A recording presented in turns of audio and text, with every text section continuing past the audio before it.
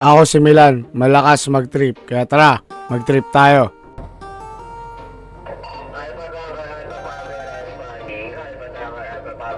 Let's go! Maaga na naman tayo nagising ngayon. Gawa na re-responde na naman tayo dito sa May Moriones. Dalawang truck agad yung nilabas natin dito. Alpha Pumper saka Alpha Tanker agad yung nilabas natin dito. Medyo maraming tao kaya dalawang truck agad yung nilabas natin dito. Saka first alarm din inabot ang sunog dito. At dahil sa medyo dikit-dikit ang mga bahay sa lugar na yun, hanggat maaari talaga kung kaya namin maglabas ng maraming truck, ilalabas natin yan dahil medyo malaki-laki yan kung sakaling kumalat agad. Pero mabuti na lang din talaga bago tayo makapagtutuloy dito. Alas kontrolado na rin ang mga tropa natin dahil bago pa lang tayo makaabot dito, wala na tayo nakikita ang uso kaya panigurado nito, wala na tayo abutan dito. Pagka tutuloy naman natin sa area, agad na rin magsasize up mga tropa natin pero hindi na muna sila magbababa ng linya dito gawa na wala naman na tayo nakikita ang usok. Kung minsan makikita nyo, nagbababa agad na linya yung mga tropa natin. Pag nakikita natin may usok talaga at mukha talaga tayo makaabot sa laban pero pag ganitong wala na talaga, di na muna agad kami nagbababa ng linya. Para kahit pa paano, less sa pagod mga tropa natin dahil medyo mabigat din ang mga linya kapag binit-bit natin kahit sabi mo walang tubig at tuyong-tuyo na pagka nagsama-sama yung dalawang linya medyo mabigat. Eto makikita nyo naman dito binubuga na ng mga tropa natin, medyo pinalalamig na lang din nila to dahil sa okay naman na to. Good job sa mga tropa natin na lumaban dito. Napakamabisa nyo, mabilis yung kinontrol yung sunog dito. Sa malaking thumbs up para sa mga tropang bombero natin, napakalupit nyo talaga. And big tango rin pala sa lahat ng responde sa lugar na to at nagbigay ng 10-30, mabisa talaga kayo. Hindi dahil sa inyo, hindi mabilis makokontrol yung sunog dito. At dahil sa okay naman na, hindi na rin kami nakapagbaba rito ng supply kaya rektawanin na rin tayo neto. Bumili na rin kami ng almusal namin na pandesal dito sa dinaanan din namin. Matik na rin to, di na rin kami makakatulog nito. Gawa na medyo maaga rin yung lakad namin mamaya neto dahil meron din kami Christmas party. Pagkawin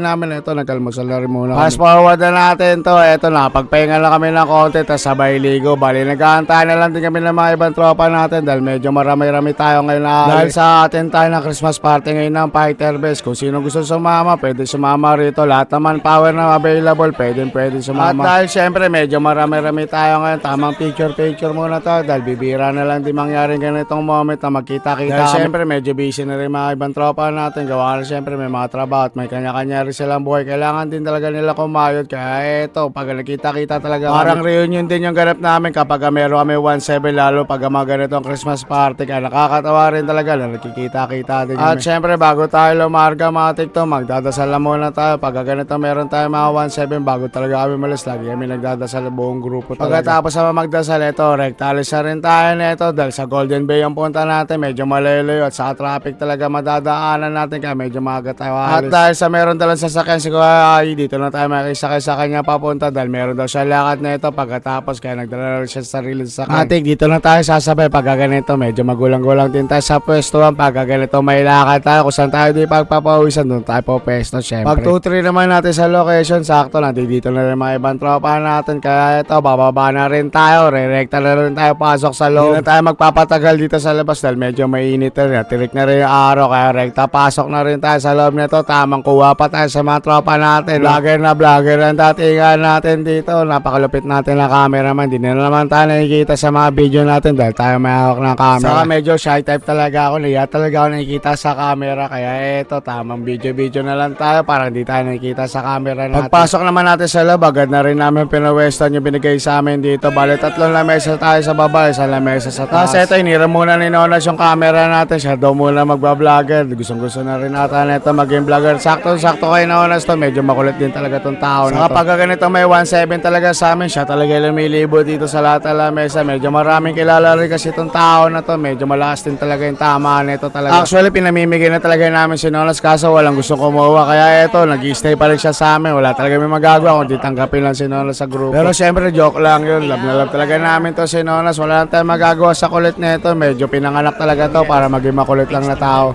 Page ni Milan, ay shoutout sa'yo, page ni Milan ha, nandito lang ako, taga-suporta sa'yo. Ito nga pala ang Ermita. G, salo! Na-shoutout pa tayo dito sa sarili natin vlog. Napakalupit mo talaga mo. Sigaw pa talaga nag-shoutout sa akin. Ito, babalik na dapat ni Nonas yung camera sa atin. Pero sabi ko sa kanya, marami pa siyang pwedeng kulitin sa taas. Pero ito, kinulot niya muna rin tayo malabon volunteer. Pero dito nilagay.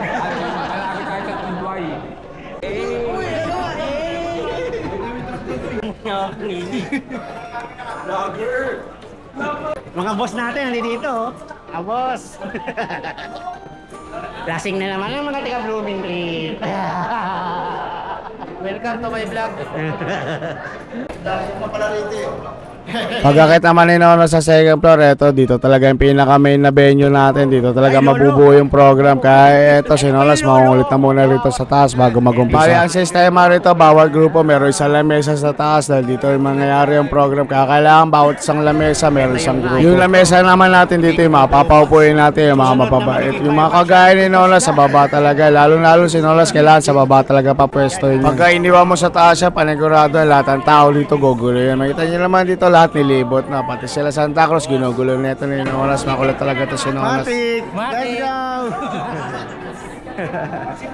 Maya lang din, sumunod din ako sa taas nila para kahit paano makasilip man lang din ako. Eto, inabutan natin dito kung medyo madami lang tao, umakyat tayo. At least kahit paano nakatambay rin tayo ng konti dito sa taas at nakita natin kung gaano kaganda yung venue ng Christmas party natin at di na rin ako nagtagal, bumaba na rin ako. At ang dahilan kung bakit gusto ko rin talaga sa baba pumeso dahil dito, hehe. Alam niyo na, pagka ganitong Christmas party, nagbabaho ng mga bibi para dyan. At dahil sa minsan lang dito at isang beses lang to sa isang taon, i-enjoy na natin to dahil beto yung mga araw ng mga kasiyahan ng mga bombero natin. Kaya susulitin din natin tong pagkakataon na to. Kaya enjoyin natin bawat minuto at bawat kasiyahan na magaganap dito. May kisali tayo. Ito habang nag-video tayo na ito, nakita natin si Jinel dito nagpapakit sa camera natin. Kaya ito, sinumay natin kasi medyo malayo-layo. Kaya ito, si Alpin na lang yung bibidyoan natin. Cute naman din si Alpin. Nakita niyo naman din kung gano'n kasi dito na mayroon siya pinapaikot na baso na naman. Itong tuwa pa siya kung pwede daw ba na ito magkaroon din daw sa head ko. Rotating table para dito siya nahihirapan kapag nagtatagay siya. Hindi na nga naman mahihirapan mag-abot-abot na ito, papaikutin na lang din niya para mapunta sa mismong tatagay. Kaya mabisa talaga kung meron na ito sa head ko. Sabi naman niya kasi gagawa daw yun si Alpi kaso kahoy nga lang. Mabisa talaga kung gagawa si Jose nito, iwag sana yung makinis para masalubsob yung daliri ni Alpi. Dahil enjoy na enjoy siya, akala ata niya DJ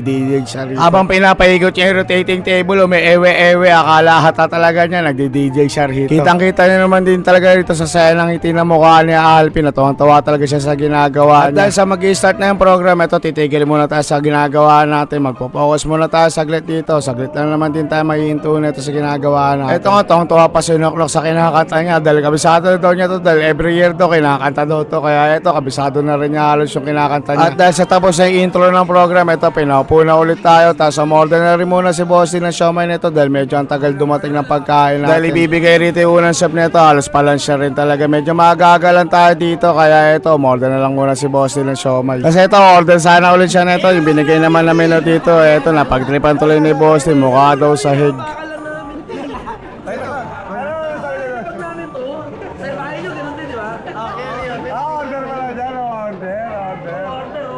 Ayun nga lang, di na pinayagan ng mortal. Gawa nga daw isusub na yung unang ibibigay. Pagkabigay naman ng unang sunod, eto, tamang FT na tayo na ito. Dito na tayo magpapakabusog. Sunod-sunod na rin binigay rito yung pagkain sa amin. Dahil dyan, busog na naman ang mga beep-beep. Tamang-tama rito, habang umiinom tayo, kumakain na rin tayo na ito. Dahil patsi-patsi na lang yung gagawin natin dito. Parang gagawin na lang din natin halos pulutan yung ihahain natin dito. Pero mabubusog ka rin talaga dahil medyo marami-rami din yung pwede mo kunin. Bahala ka dito, magpakasawa kung gaano karami yung kukunin mo. Ito nga lang nilamang namin dito kahit wala kami napapanood na program dito. Sunod-sunod naman yung pagbigay ng pagkain dito. Dito kagaya sa taas ito medyo delay daw talaga at matagal yung servings doon. Dahil siyempre sobrang dami doon sa taas. Siyempre dito ilan lang halos kami sinaservan kaya kaya bigay halos lahat doon sa taas. Sobrang dami talaga kaya talaga matatagalan. Kaya pasensya sa mga pinaupo natin sa taas. Worth the wait naman yung pag-aantay nyo dahil mabisa lahat ng pagkain dito. Mabubusog din naman kayo. After naman maserve lahat ng pagkain sa amin, ito tamang awarding na rin sila rito. Nakakuha isang kasamahan natin dito. Tapos ito meron din tugtugan na nagaganap dito. Kaya ito tamang wave lang tayo. Ito lang kagandahan sa baba. Kahit na ganito lang tayo rito, simple lang tayo sa baba. Kain natin pa sa mga sarili natin sa mga kanya-kanya natin trip. Kitang-kita nyo naman dito. Enjoy na enjoy tayo kahit yung tugtog natin dito. Ganito. Damang-dama talaga natin ang Pasko na dahil sa tugtugan natin dito. Kaya ito tamang enjoy na lang tayo na ito. Biniro-biro pa natin dito si Boss Eye. Ito.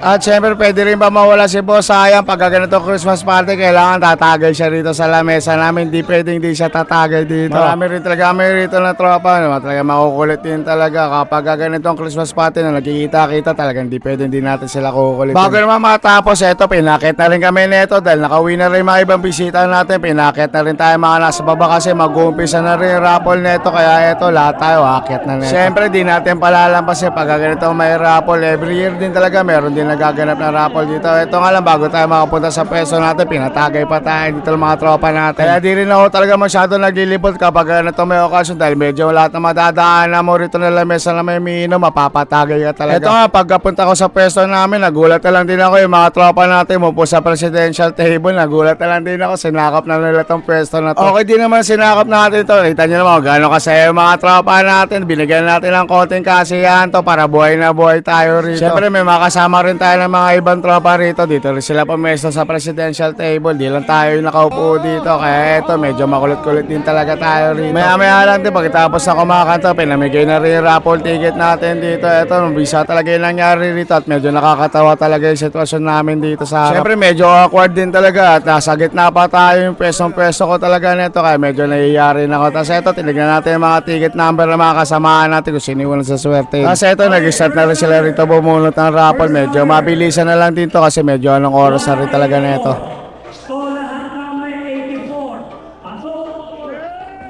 Pag nabunot yung number nyo, eto, re-recta na kayo punta sa harap na ito. Ang bali ako na pinamigay rito is ampaw. Mabisa rin talaga yung laman nito. Medyo malaki-laki din talaga. Tapos nagbigay rin sila rito ng gift check na worth 1,000.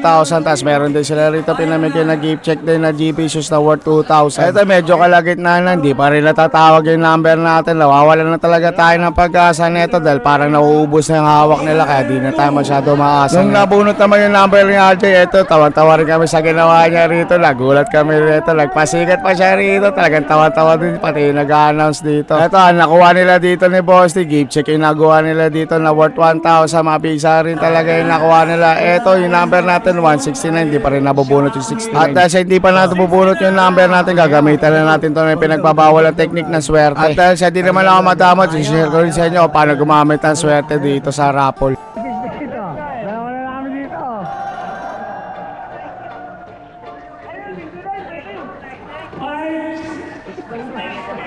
Ligsen na! Ah. Ligsen na!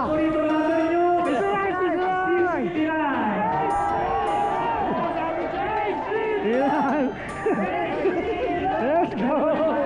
Let's go! Alamang na lamang yan, boss!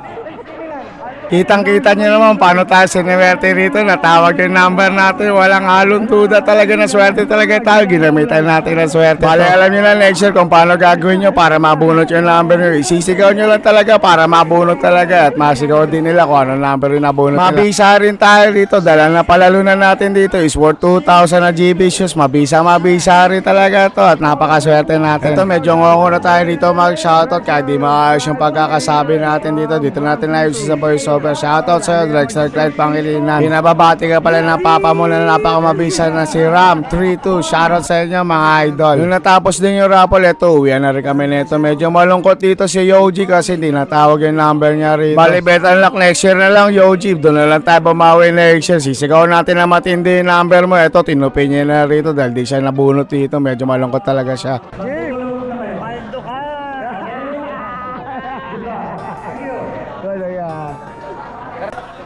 Let's go! Gagamit ng pandaya.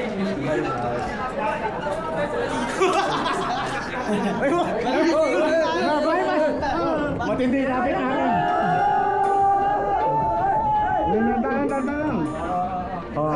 At syempre bago tayo mag-uwian, hindi pa rin tayo dito uwi luwan talaga. Meron din dito ibibigay sa atin na giveaway na toolbox. Kaya panalo talaga kada attend ka ng Christmas party. Kahit sabi mo hindi ka nabunot sa raffle, pero yung paglabas mo rito may uwi ka pa rin na mabisang gamit. Talagang panalo sa pag-attend dito. Bawat isa rito magkakaroon ng giveaway na toolbox. Kaya panalo talaga. May kita nyo naman dito, talagang pipilahan mo yan. Hindi ka magmamadali mo para magkaroon ka rin talaga.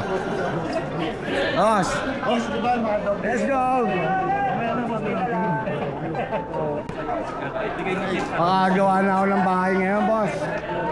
Dahil sa inyo, makagawa na ako ng bahay. Kitang-kita nyo na may mga ngiti ng mga tropa natin na lumalabas dito dahil sobrang saya talaga nila sa nakuha nila rito. Mabisa rin talaga yung mga pinamigay. Kitang-kita nyo naman, pati mukha niyo siya, sobrang tuwang-tuwa rin talaga. At meron din take-out na isa para kay Chip talaga, kahit dalawa yung hawak niyo siya. Let's go! Nasaan ba gagawin mo, Nas? Lugi ako dyan eh.